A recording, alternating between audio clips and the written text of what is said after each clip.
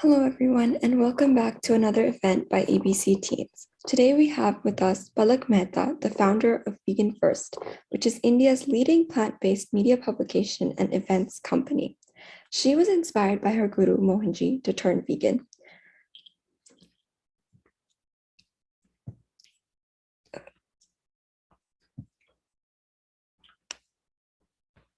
So I'm gonna start by asking some questions. And my first question for Palak is, I know you already said that Mohanji inspired you to go vegan, but was there anything else? Is there something maybe that you read or you saw that inspired you to go vegan that made you realize that this is an important thing to do? Hi everyone. Sorry, I can't see myself right now. I think we have to remove the slide now.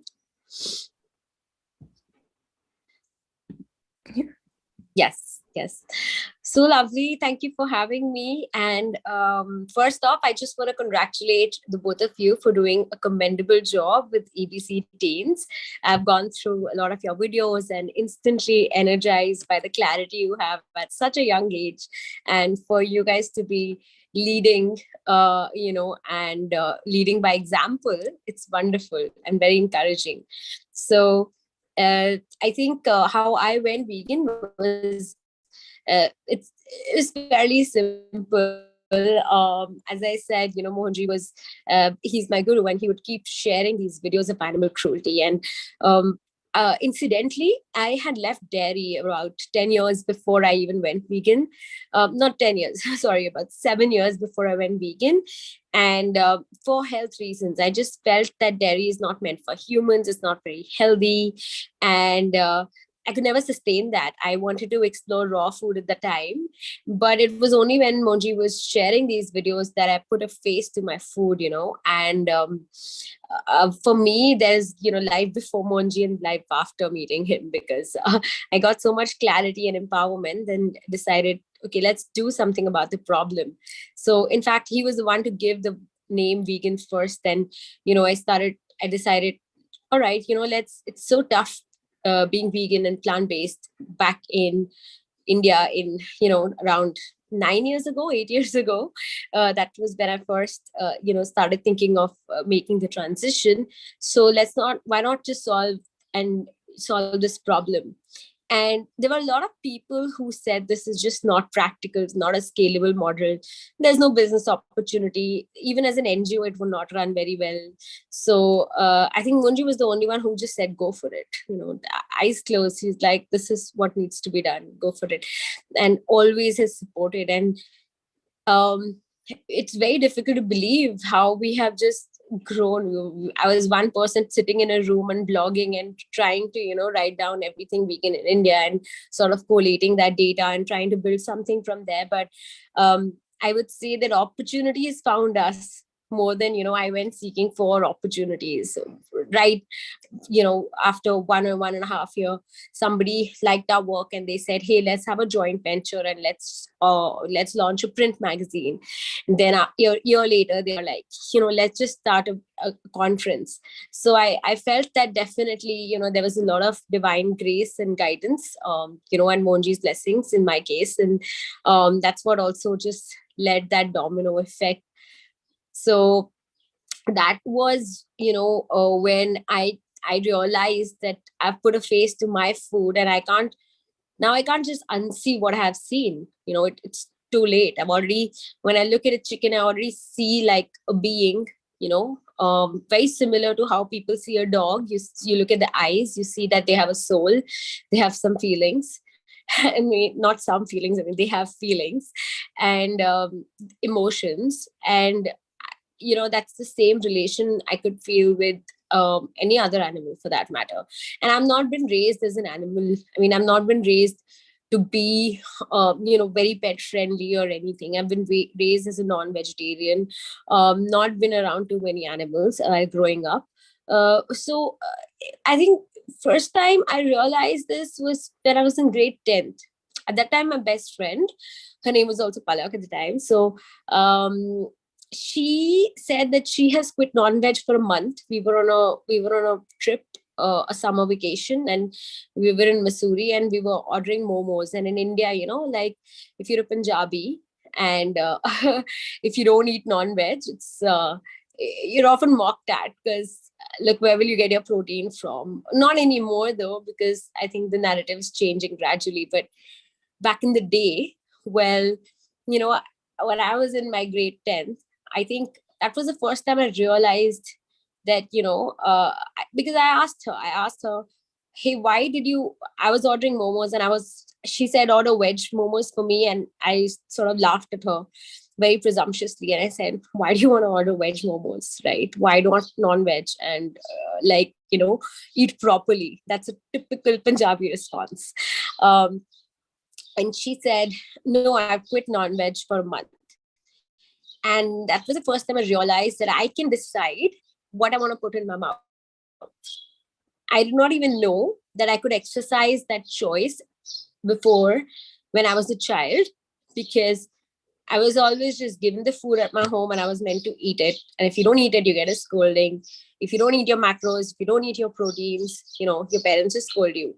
So, and it's just the right thing to do. You're not supposed to complain, just eat your food properly. And when my mom used to never look at me, I used to throw dairy. I used to throw the milk and never used to drink it. I remember I would actually leave the non-veg pieces and only eat the curries. So, that like subconsciously, I think that trigger was already there. But it was only when, she said that I would not want to eat this, that I realized I can exercise that choice. Now, when I tried to do that, because immediately after that, I quit non-veg. This was in school. Of course, way before I had even met Mohanji and everything. But unfortunately, when I went back home, I had no argument, against the protein argument. I had nothing to say against it. So I didn't have anything to defend myself with. And I was asked questions like, you can't just make such choices right now. Please, what is this new drama and this new fad? Eat your food, eat your proteins and eat your food. And I was like, all right. I went back to eating non-veg. In college, I attended a session, like I think a Reiki session or something like that, where they explained the energy and the prana behind food in that session. And first reaction was I was very angry, because I was like, they are explaining energy, like energy of life form, right? And that too, we were some 100 people in that seminar. And I was infuriated that why didn't I know this when I was a kid? This is knowledge which should have been made public when we were children, So it was very practical, very scientific. I think Dr. N.K. Sharma, he took a fruit and he said he had copper wires, and he's like, look, this is the energy of fruit. This is the prana. This is the life force that you get from eating a fruit. And imagine if you're eating dead flesh, then what is the life force that you're going to get, from that? So I remember quitting meat after that. I just did not touch meat anymore. I said, I can't put a dead body in meat. Like, that was clear. But I still did not know. And he also spoke about milk, how milk is not meant for human beings, how humans are the only species on this whole planet who actually end up drinking milk of another species. And I thought about it, it doesn't make sense. And so I also quit milk at the time. I was mostly eating raw. But, again, this was from the health aspect. So after some time, I never ate non-veg again, but I ended up drinking milk again. And, of course, eating processed food because, I was not very committed to my health at the time. So, but it was only when I actually, Mohanji started sharing videos of animal cruelty and talking about ahimsa a few years later when I had met him. That's when I just got a shock. It was like taking off a veil from your eyes, because this time when I approached this situation, it was more from it was more from a personal, it was more from a conscious point of view, or an integral, having some integrity. So this time the stakes were very high. it was like, you have no right to take another life form. You have no right to, sort of impregnate a cow and steal their milk and, then sell them off to beef and all, for beef and all. So I think that is the biggest shift which happened, is that, and that's when I feel that the shift became more permanent, right? That's when I just went vegan, and it's for life, and it's not like I don't have to control or resist, you know eating non-vegetarian foods or non-foods, just because the way I look at them has changed, so I feel that it was only the sensitization of that immense cruelty, that milk and animal-based products carry with them.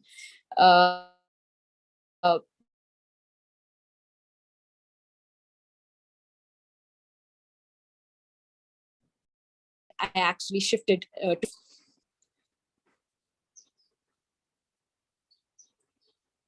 I think we lost a few seconds of your last sentence. Do you mind repeating that?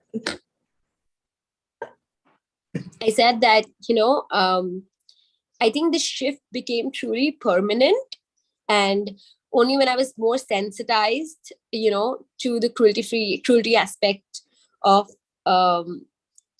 veganism. I mean, once you understand that these are living beings and they have the same right as you, then it's beyond anything else, right? So I think that that was the biggest change that happened for me.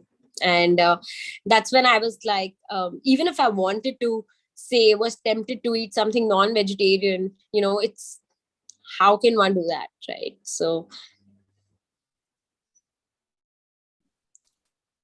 Thank you so much for that answer. So I know you spoke a little bit about health and the prana of food and all of that. So can you talk a little bit more about how veganism promotes better health and better mental health?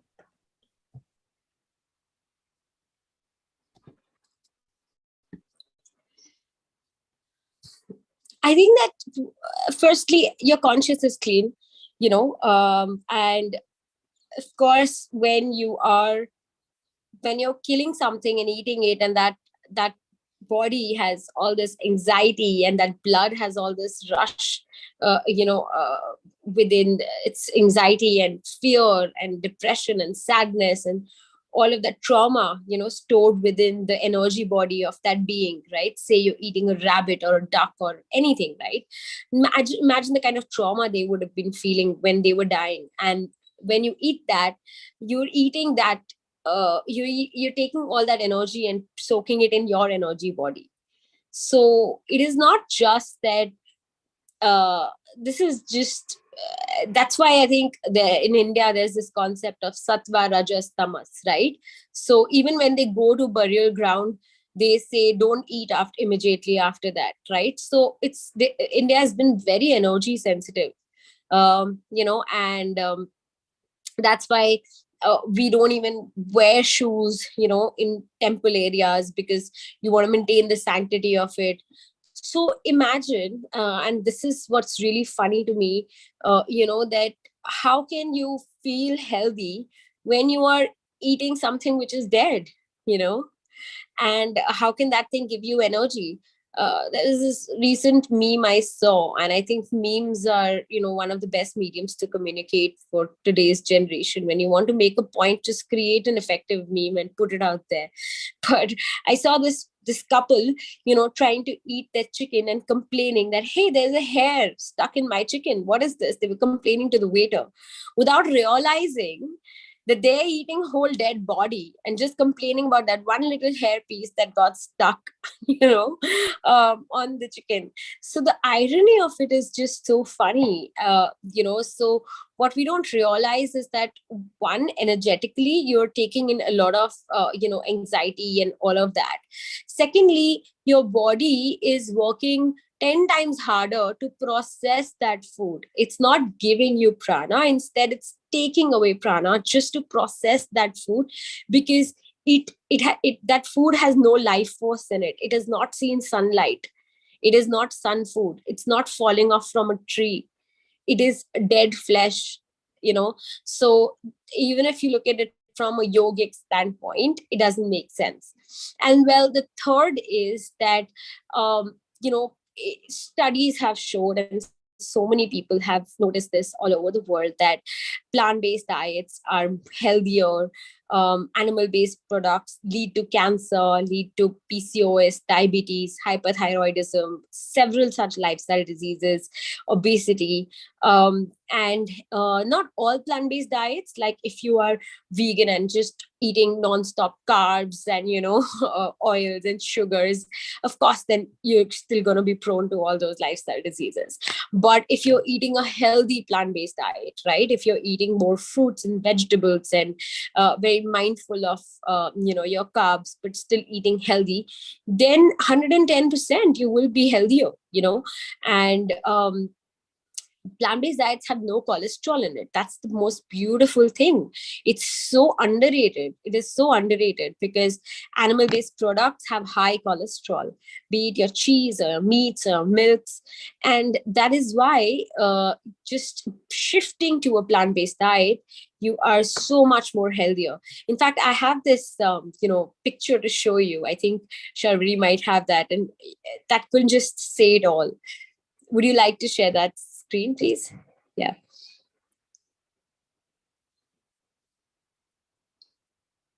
As you can see, what is causing obesity in people and what is causing health issues are processed foods, are animal-based fats. And I thank you so much, Abri. I think we're good. So I went vegan for the animals in the beginning, and I totally neglected my health, even as a vegan. I'll be honest, I had gained weight because I said, all right, I'm just vegan for the animals, but I was only having like fries and carbs. And totally underutilizing the potential of plant-based foods. Touch wood, I still did not fall that sick or anything because I'm vegan. But now I've started to get way more conscious of my diet, and also following a little bit more scientific approach. For instance, if you are a heavy yogurt eater all your life, you've been eating a lot of yogurt, right? As a non-vegan, suddenly you stop that and you've turned vegan. You want to substitute something else for that. Anything, any fermented food. You could have a dosa, or you could have kombucha, you could have sauerkraut, anything which is mostly fermented, which can substitute for that. So, or if you've been eating a lot of proteins, then substitute that with plant-based proteins. So I think it's definitely go vegan. It'll be great, but also, calculate a little bit. Make sure you're not just binging on carbs. Make sure to make the most out of what plant-based nutrition has to offer, because it's purely magical. Thank you so much for that. So now we have people that are probably watching that want to be vegan or want to learn more about it. And I would like to open the floor to everybody who's here so that we can all share a little bit about our journeys, or some of us are not fully vegan, but how we wish to get there, something that we've learned about veganism. So Shreya, would you like to start us up? Yeah, sure. First, thank you so much, Palak, for being here.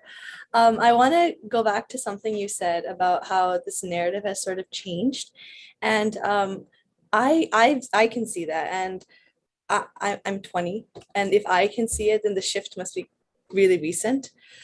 So I remember that when I live in the US, so like normal grocery stores like Stop and Shop and things like that, like vegan didn't used to be an option in anything, but now like if I go to my local grocery store, I can get like vegan cheeses and things like that. So I think it's more of a mindset shift that's occurred, and it's like spread across the world.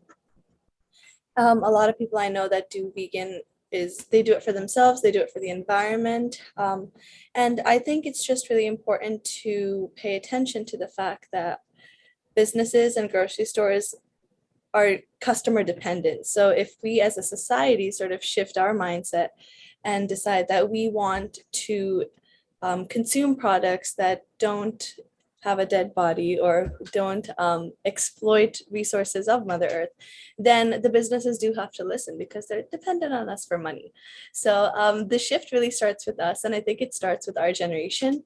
And I think there's like some simple tricks that we can do that we've talked about in this session, but there's also more like larger shifts. For example, like I'm South Indian, so dairy is like a very like dahi's yogurt is like a huge part of my diet, but it's but you can make it in other ways that don't take away from an actual animal. So those sort of simple changes we can start to incorporate, and I think that's going to really make a difference in the coming years too.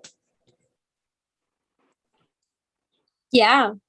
I mean, I just want to add to that. I think, one last thing I wanted to mention was that if you do want to transition, you can log on to veganfirst.com and find out a lot of useful resources and tips and tricks. And we have a lot of recipes as well. And be a part of the movement. Whenever we travel, even if I'm on a flight, I will ask for vegan options. There are times when I have to be honest with you guys, I'm not even hungry, but I ask for vegan options because we all know that the more we ask for it, and people sense the consumer demand, and they give it. So I think that's brilliant. So something I would like to add on to this, I think that's something that Shreya actually mentioned as well, that there's like a difference between just having veganism as a diet and having it as a lifestyle, because a lot of times I think people forget that this veganism extends beyond just I'm not going to eat meat and dairy. I think you need to think about the conscious choices that you're making in your everyday life, whether it's what skincare do you choose, what makeup products do you choose, the clothes you wear, the purses, wallets that you choose to wear, anything like that, anything that you do, your dish soap, your laundry detergent, everything. There are many of these things are actually not even cruelty free, and they're tested on animals. And so I think as a vegan, it's important that we make sure that it's not just about the food we eat, but also everything else that we're doing in our life and all the other products that we're also using.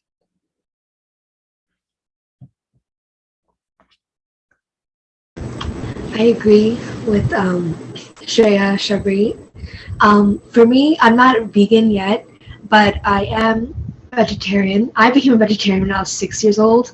I think part of that was due because my parents were leaning more towards the veganism route, and I would like realize that eating a chicken or like something like this was odd. Like I would go out, see chickens, see animals, love them, and then next thing you know, I'm eating them on my plate, and that didn't make sense.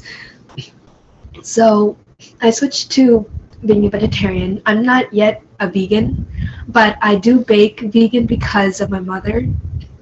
I've always wanted to bake, but my mom let me in the kitchen because I was small. But then eventually, I was able to, and I had to bake because my mother was vegan. We had not many dairy products in our house. So I tried some recipes here and there. Some of them were good, others were not. But like Shreya and everyone else has been saying, that there's more opportunities out there. So I found quite a few websites and books, and they're amazing recipes. I've made them before and given them to my family members who are not vegetarian or vegan, and they eat regular dairy. But they said that they really enjoyed the desserts. One time, Shreya and I had a function here in New York. It was a Mohanji function, and we ended up baking 7 to 8 loaves of banana bread, and there was like so many people there, and I doubt that all of them were vegetarian or vegan, but when they had it, they were going for seconds and thirds without even knowing it was a vegan food. See, typically when people think of vegan food, vegan desserts, they think automatically that it's bad, like it's not going to be good, but it's actually quite the opposite. And I feel like eating food without any dairy products or anything in there just makes it a whole lot better. So obviously with the times moving forward and everything changing, there's more opportunities for us and other people out there to open their minds to. And also, like Kashi said, I think sometimes it's a whole mindset thing. Like people are like, oh, you're vegan. Why? What do you eat? But then they don't realize that fruits are vegan. A lot of chips that you eat are vegan, like roti, rice, it's all vegan. but we just don't associate it like that because we like a lot of people are not vegan, so they don't ever think twice about it, and so they just it's a mindset shift as well. And also, I think when we're talking about vegan food, it's important to note that I think every culture has foods and traditional foods that are in essence vegan. So it's not like you have to adopt this whole new culture's food. Like you don't, just because like you see Western media talking about veganism doesn't mean you have to eat what solely is food of the Western countries. So I think it's important to also remember that you can keep your culture and keep those elements and those spices that we all love, and just use them in a slightly different way so that you're not exploiting different resources and animals. Yeah, and it's over here in the US, there's a lot of stores opening with a lot of vegan options.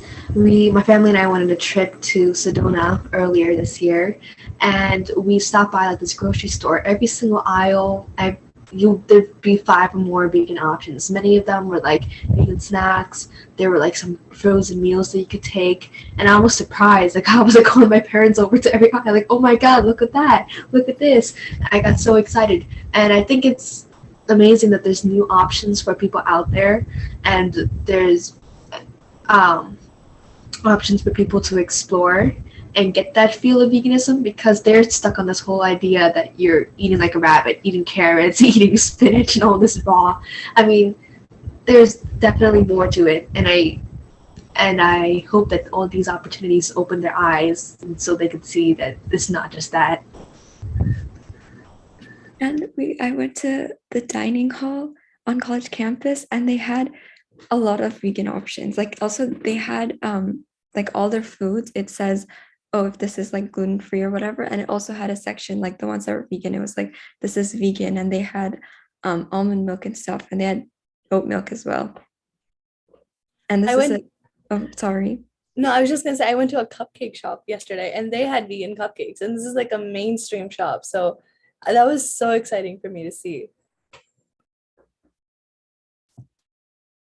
Okay, does anyone else have anything else to add to this conversation? Well, I would like to share one of the websites or authors that I use for a lot of recipes. Her name is Isa Chandramasowicz.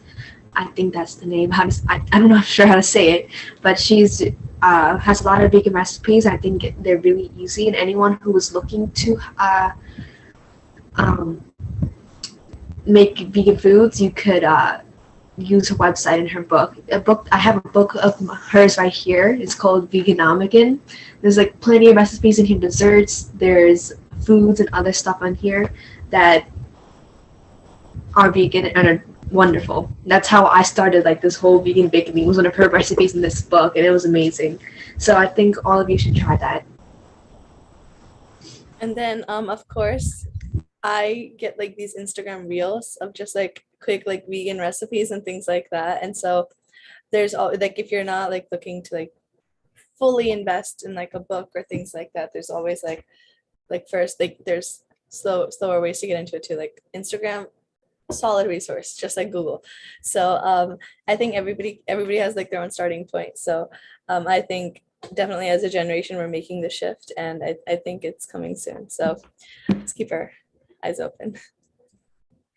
Okay, thank you so much for everyone who joined the event, and thank you, Shreya and Kashi, for sharing your wonderful thoughts on veganism. And Palak had to leave, but we thank her for conducting the event.